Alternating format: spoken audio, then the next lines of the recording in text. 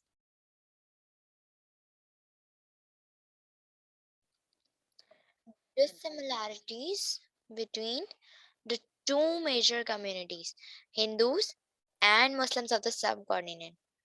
These differences of outlook, in fact, were greatly instrumental in giving rise to two distinct political ideologies which were responsible for the partition of India into two dependent states.